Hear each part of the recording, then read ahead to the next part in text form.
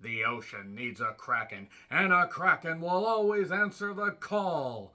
Well, in this case, this call went straight to voicemail, sat in the inbox for about 20 goddamn years, and then somebody listened to the voicemail and said, that's a great idea. Let's take this idea from 20 to 25 years ago and make Ruby Gillman Teenage Kraken. Directed by two people that have had something to do with various animated projects, art department, and such.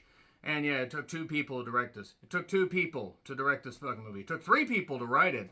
I'm just going to assume that everybody was drunk and then taking turns, coming out of their drunken stupor. And they're like, okay, I'll direct this scene and I'm bored. I'm going to drink more. And then I'll direct this and then I'm going to drink more. And then the writer said, we're going to have a knife fight. And then whoever is not mortally wounded is forced to write Ruby Gillman Teenage Kraken. Am I just tipping my hands at all as to say how I felt about this movie? Yeah, it wasn't very good. If you saw trailers for this, then shockingly, you're like me. And if you're like me, I'm really sorry. I'm really, really goddamn sorry. I've watched a lot of movies this year.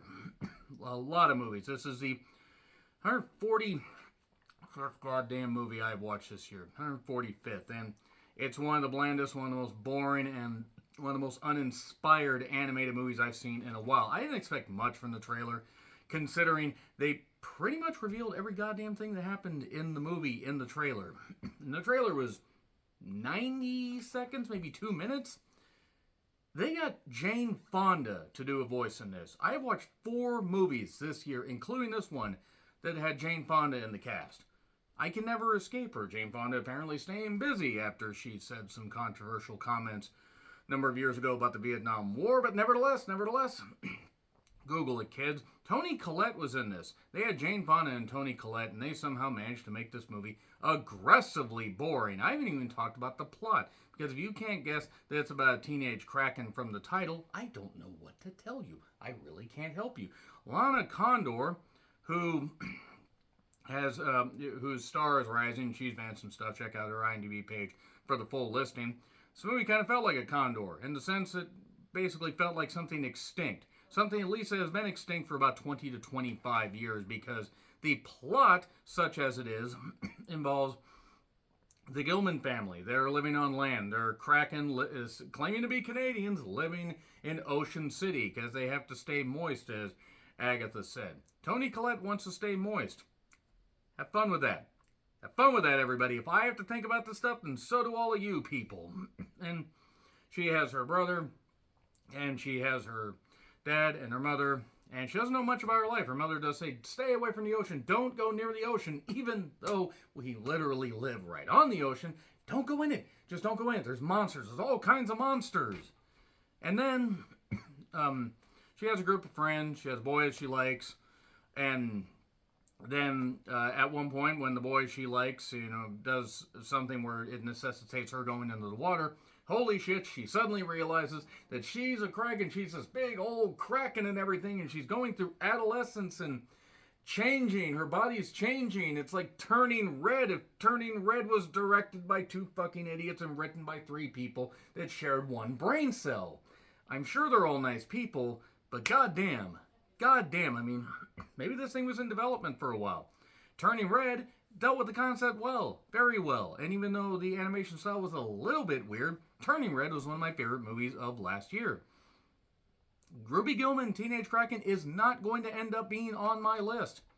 It'll be on my worst list. It will not be on my best list. I would rather, honestly, probably run my head into a wall several times instead of watching this shit again.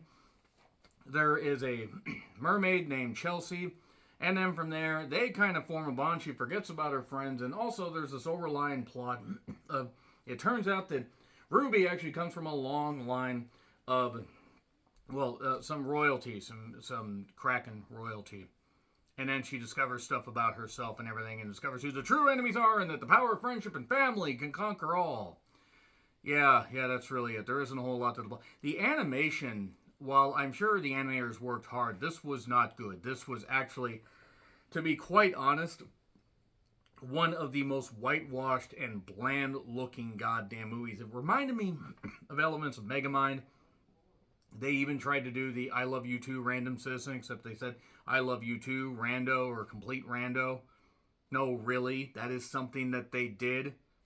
Pretty much the same goddamn thing where somebody's going nuts for, or the crowd's going nuts for one particular character, and Ruby's over here. Ruby just wants to fit in. Even though it's obvious to everybody she's a goddamn Kraken. I mean, I thought for a second going in the water it's going to affect her. Oh my god, it's the plot of Luca, except Luca was good. Luca wasn't great, but Luca was good. Ruby Gillman Teenage Kraken is not good. I'm pretty much avoiding getting into spoilers because there really isn't a whole lot to spoil in this.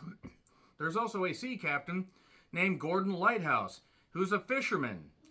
Gordon Fish Sticks. I want everybody that was involved in writing this goddamn thing and directing this and putting this thing together run out on a goddamn train or run over by a train at this point. I probably shouldn't get too fired up about a movie called Ruby Gillman Teenage Kraken, as I'm sure I'm not the target audience. But there have been plenty of animated movies that I was well out of the target audience of that I had a great goddamn time. Soul was very soul-crushing. And Turning Red, yeah, maybe I wasn't exactly in the goddamn wheelhouse and the demographic, but I enjoyed that. I've enjoyed plenty of animated movies. And there's this schluck. This should have gone right to streaming. This cost $70 goddamn million. And looked like it cost maybe half that. The characters aren't very... I mean, there's a few bright colors and everything. There's some contemporary music. And a really thin plot.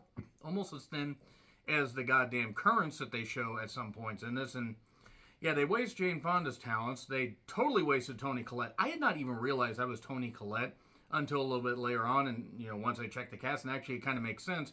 But they didn't allow Toni Collette to really display her personality. And Toni Collette has had an incredible run from The Sixth Sense, and probably even before to now. Hereditary, and even Mafia Mama, which wasn't great, but featured her and featured Monica fucking Bellucci. And yes, I will dive into anything that Monica Bellucci does. I'd love to dive into Monica Bellucci, but that has nothing to do with Ruby Gillman Teenage Kraken. It's really bad. I do not anticipate this movie will make back its budget. I don't think it'll make back half its budget in theaters. And I think DreamWorks and Universal and everything have ended up with a dud. A big old dud. A big old bland, stupid motherfucking dud. So yeah, let's get into spoilers. 3, 2, 1. Spoilers. It turns out that Jane Fonda is grandmama. And she wants, you have to emphasize the ma, she wants Ruby to take over. Because the mother left. Why did the mother leave? Because there are so many enemies of the Kraken and the mermaid. And then there's a girl named Chelsea that's also a mermaid. And Chelsea says to her, hey, we need to work together. We need to come together right now and make sure that we don't have to worry about our people being at war. There's this magical trident that only Krakens can get to. This magical trident that nearly destroyed both races because the evil mermaid queen, almost destroyed them. But then they managed to trap the trident and a whole bunch of currents and everything, and no mermaid can get to it, but a Kraken can. And then Ruby has to learn her skills. And also, avoid her friends and the boy she likes and a whole bunch of other stuff. And then she eventually gets the trident for Chelsea to bring peace to... Oh, Chelsea's the evil queen. Yeah, that was pretty fucking obvious. Thanks, movie. Written by 3 people. 3 fucking sea cucumbers. You goddamn morons. You couldn't write something better than this. DreamWorks couldn't do something better than this. DreamWorks has made some terrific goddamn animated movies. They also did DreamWorks. Not DreamWorks did DreamWorks. Too many DreamWorks, pal. They did Spirit, which was dog shit. But they've done some other good stuff. And then she has to figure out her powers. Grandmama tells her, oh, you have a body armor thing. And also, you can have laser eyes. Why laser eyes? Why not? See, if you go full ridiculous, you can actually do something with, or you could just do stupid shit. Like this. And that's what this was. She ends up at prom with the boy she likes, and everything's fine. Also, Gordon Fisherman Lighthouse ends up helping them hunt a Kraken, and then turns out to be the good guy. And he also has a crab that's there, and there's a weird little animated, creature thing. It's called Nessie. Aha! I think this movie should have been buried along with Nessie. Nessie should have eaten this thing. Even if the Loch Ness Monster doesn't exist, somebody should have eaten this and should have made sure that Ruby Gillman Teenage Kraken doesn't exist anymore. Just get rid of it. Stop. Don't do this anymore. DreamWorks, just find something else to do if you can't do something better than this. F, it gets an F. It's terrible. It's absolutely terrible. And yes, I'm not the target audience for this. And I could see some kids liking this, especially kids that have never been out of the house at all.